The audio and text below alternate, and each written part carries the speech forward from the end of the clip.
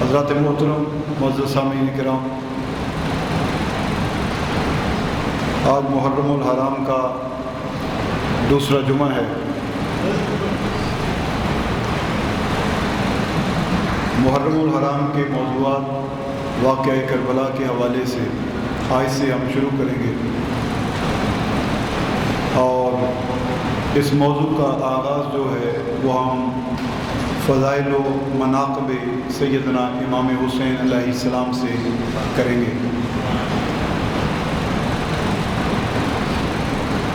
آپ حضرات اس حوالے سے بخوبی واقف بھی ہیں، آگاہ بھی ہیں، آپ جانتے بھی ہیں کہ محرم الحرام کا مہینہ اس واقعے کی وجہ سے مشہور و معروف بھی ہے، اور اس کی نسبت اس واقعہ سے ہے۔ اس وجہ سے امت مسلمہ جب بھی اس واقعہ کو یاد کرے گی، ان پر ایک غم کی کیفیت طاری ہوتی ہے، ایک کرب کی لہر اٹھتی ہے، اور اس کو یاد کر کے تو آدمی رنج و غم میں مبتلا ہو جاتا ہے۔ میں کبھی سوچتا ہوں کہ اگر ہم مصائب و آلام کا بیان نہ بھی کریں، جس طرح کے رسم کے طور پر آج کل ذاکرین نے اپنا رزق روٹی کا یہ معاملہ بنا لیا ہے، اگر ہم ان فیبریکیٹڈ من گھڑت باتوں کا بیان نہ بھی کریں تو اتنا ہی کافی ہے۔ اہل درد کے لیے، اہل دل کے لیے، صاحب ایمان کے لیے اتنا ہی کافی ہے کہ جن کو شہید کیا گیا ہے ان کی نسبت کس سے ہے۔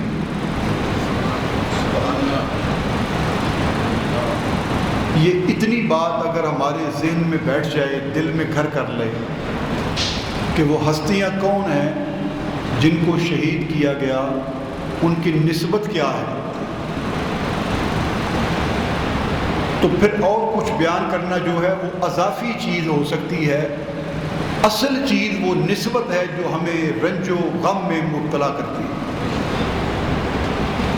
اور وہ نسبت رسالت مآب صلی اللہ علیہ وآلہ وسلم ہے۔ حضور کے جگر کے ٹکڑے، حضور کا خون، آپ کی آل، آپ کی اولاد 50 سال کے عرصے میں اتنے دل سخت ہو گئے، شکی ہو گئے کہ حضور کی آل کو ذبح کر دیا۔ یہی ایک ہمارے لیے جو سوچ اور فکر اور تصور ہے، یہ ہمیں رلا دینے کے لیے، غم حسین میں آنسو بہانے کے لیے یہی کافی ہے۔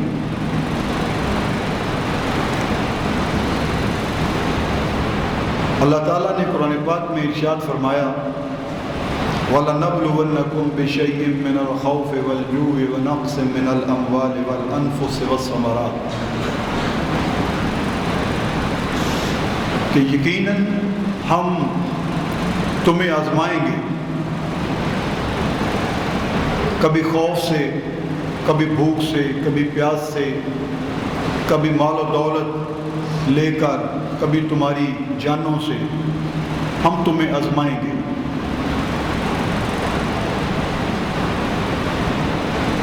لیکن آگے یہ فرمایا کہ بشر الصابرین، جب ہم آزمائیں گے تو پھر بشارت ہے ان صبر کرنے والوں سے، صابروں سے وہ بشارت ہے۔ الذین اذا اصابتہم مصیبہ، جب ان پر کوئی آزمائش آئے، مصیبت آئے، قالوا ان للہ و انا الیہ راجعون، تو بس وہ تو یہ کہتے ہیں کہ ہم بے شک ہم اللہ کے لیے ہی ہیں اور اللہ ہی کی طرف ہم نے لوٹ کر واپس جانا ہے۔ یہ صابروں کا کلمہ ہے، انا للہ و انا الیہ راجعون۔ یہ کیپسول، یہ ٹیبلٹ، یہ نسخہ، یہ میڈیسن پرسکرپشن، یہ کس کے لیے ہے؟ صبروں کے لیے۔ یہ صبر کرنے والوں کے لیے، بے صبروں کے لیے نہیں ہے، یہ صبر والوں کے لیے ہے کہ جب کوئی مصیبت پڑتی ہے، کوئی آزمائش آتی ہے، تو پھر وہ کیا کہتے ہیں؟ وہ اتنا جملہ کہہ کے تو معاملہ اللہ کے سپرد کر دیتے ہیں۔ مال چھن جائے، جان چلی جائے، بھوک پیاس آ جائے، مال و دولت چھن جائے، ان کا ایک ہی، یہ صبر کے مقام ہے نا۔ صبر کے مقام کیا ہے؟ اس میں جو اللہ تعالیٰ نے آزمائشیں بتائی ہیں، آپ یہ سمجھ لیں کہ یہ صبر کے مقام ہے۔ زندگی میں اگر آپ نے یہ کسی سے پوچھنا ہو، کسی پروفیسر سے، کسی انٹلیکچوئل سے، کسی مقرر خطیب عالم سے کہ صبر کے مقامات کیا ہیں، تو اللہ تعالیٰ نے قرآن پاک میں بتا دیے جہاں اللہ آزمائش لیتا ہے وہی صبر کے مقام ہے، جہاں اس کی آزمائش شروع ہوتی ہے وہی صبر کے مقام ہے۔ تو اب اگر انہی مقام پر جہاں خدا صبر لینا چاہتا ہے، انہی مقامات پر اگر انسان بے صبرہ ہو جائے، تو اس کا مطلب یہ ہو گیا کہ وہ اللہ کے صابر بندوں میں سے نہیں ہے، یہ نسخہ اس کے لیے نہیں ہے۔ جو صبر کرے گا، اور میں آپ کو یہ بھی بتا دوں، آپ نے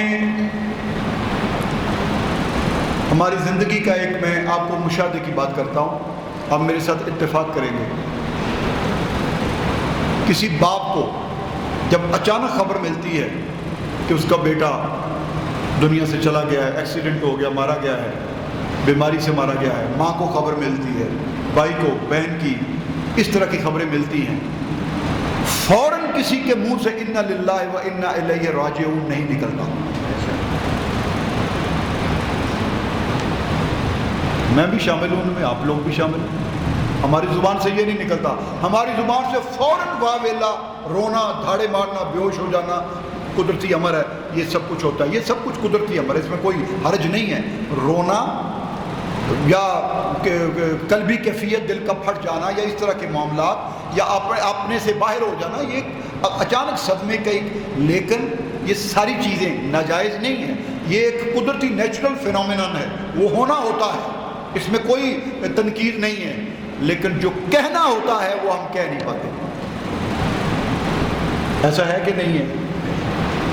ایسا ہے نا؟ اب یہ نسخہ ہے صبر والوں کے، صبر والوں کے۔ وہی لمحہ ہوتا ہے اصل ہماری زندگی کا، وہی لمحہ ہوتا ہے کہ جہاں ہم سن کے ان کانوں سے تو فوراً زبان سے ادا ہو انا للہ و انا الیہ راجعون۔ میں نے زندگی میں ایک شخص کو دیکھا، میں عام مشاہدے میں، میری فیملی میں بھی اس طرح نہیں ہوتا، سچی بات ہے، بہت ہمارے معاشرے میں نہیں ہوتا، لیکن ایک شخص کو میں نے دیکھا ہے جو صبر و ہمت اور استقلال کا پہاڑ بن کے سامنے آیا ہے، اور وہ میرے حضور قبلہ شیخ کامل، مرشد کامل، حضور قبلہ سخی سرور زندہ پیر رحمۃ اللہ تعالیٰ علیہ کے پوتے۔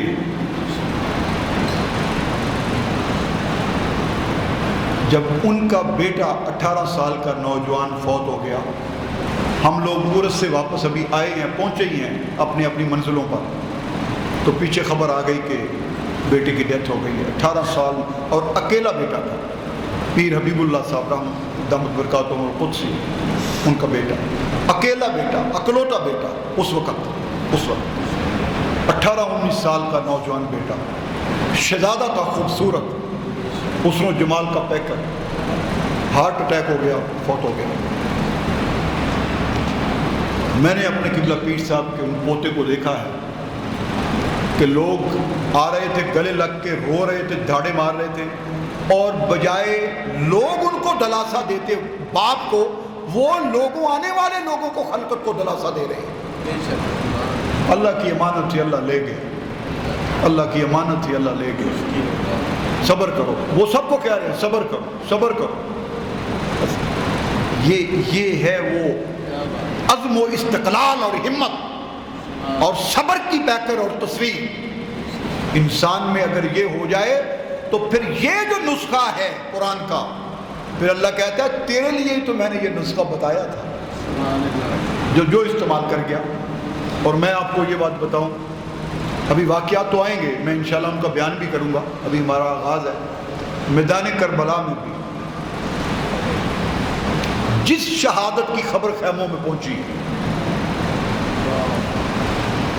میرے آقا کریم کے نواسوں اور نواسیوں نے جس شہادت کی خبر بھی پہنچی ہے، ان کی زبان سے پہلا لفظ یہ نکلا ہے اِنَّ لِلَّهِ وَإِنَّا إِلَيْهِ رَاجِعُونَ.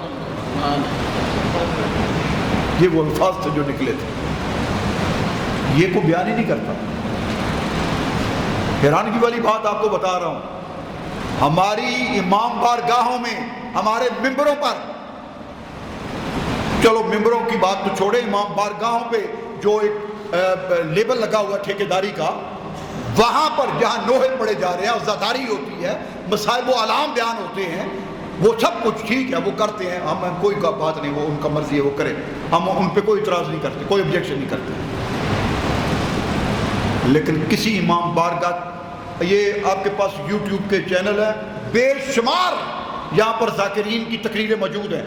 آپ ایک تقریر اٹھا کے دیکھ لیں جس میں اس نے یہ بیان کیا ہو کہ ہر شہادت کے بعد میرے نبی کی آل اولاد نے ایک ہی لفظ جملہ کہا ہے اِنَّ لِلَّهِ وَإِنَّا إِلَيْهِ رَاجِعُونَ. کسی ایک نے کہا.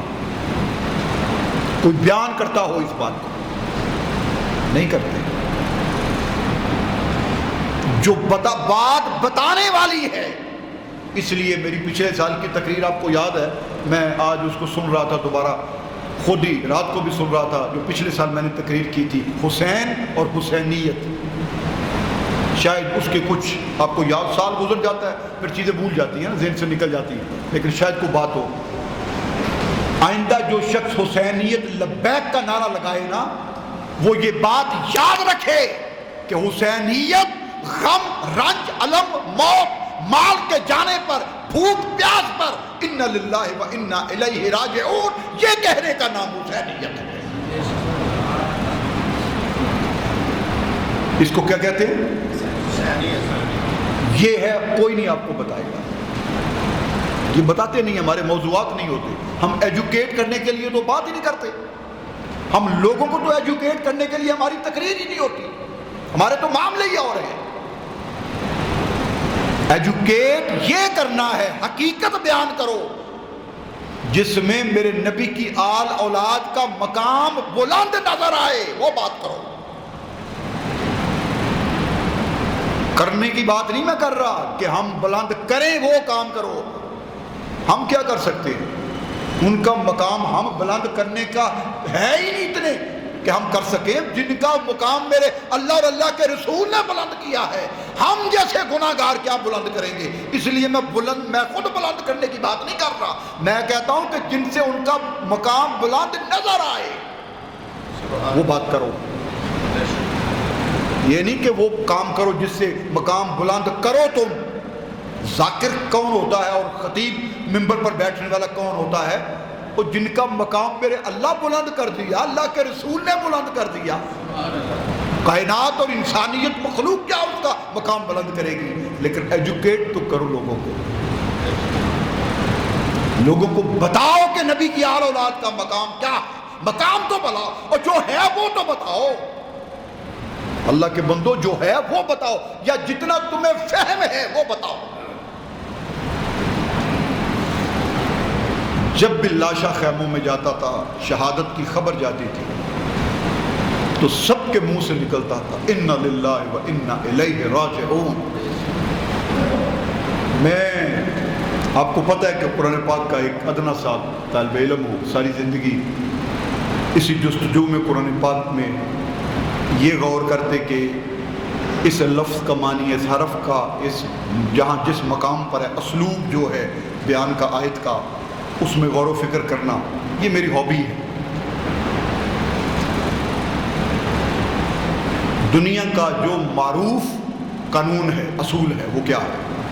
قرآن فہمی کے حوالے سے اور انسانوں کی زندگیوں کے حوالے سے، قرآن فہمی اور انسانوں کی زندگیوں کے حوالے سے جو معروف قانون اور قاعدہ ہے وہ کیا ہے؟ وہ یہ ہے کہ قرآن کی آیت پر کسی کو پرکھ لیا جائے۔ یہ معروف قانون ہے کہ کسی انسان کی، مومن کی زندگی کو دیکھنا ہو کہ یہ کتنا اللہ کے قریب ہے، کتنا دین کے قریب ہے، تو اس کا طریقہ کیا ہے کہ قرآن کی آیت کے مطابق اس کو پرکھ لیا جائے۔ وہ جتنا قرآن کی تعلیمات کے مطابق زندگی اس کی ہے اتنا اللہ اور رسول کے قریب ہے۔ بھئی ٹھیک ہے نا یہ بات؟ یہ معروف قانون ہے نا، یہ قاعدہ ہے، معروف قاعدہ ہے۔ میں آج آپ کو اس کے بالکل برعکس قانون قاعدہ بتا رہا ہوں۔ کچھ ہستیاں وہ ہیں، کچھ آیتیں وہ ہیں، کچھ قرآن کی آیتیں وہ ہیں کہ جب ان کی تفسیر کرنی ہو، ترجمہ کرنا ہو، فہم حاصل کرنا ہو، انڈرسٹینڈنگ چاہیے تمہیں ان کی، تو پھر اس کے لفظوں پہ مت جائیے، کوئی ایک تصویر سامنے لے آئیں جو سامنے کھڑی ہو جائے تو پتہ چل جائے اس آیت کی یہ تفسیر ہے۔ سبحان اللہ، بات سمجھ آ گئی؟ آیت کی کسی بندے کی زندگی کو پرکھنا ہو تو آیت کی طرف جاتے ہیں، میں کہتا ہوں آیت کو سمجھنا ہو تو کوئی تصویر سامنے لے آئے۔ اگر قرآن پاک کی اس آیت کو سمجھنا ہو، وَلَنَبْلُوَنَّكُمْ بِشَيْءٍ مِّنَ الْخَوْفِ وَالْجُوعِ وَنَقْصٍ مِّنَ الْأَمْوَالِ وَالْأَنفُسِ وَالثَّمَرَاتِ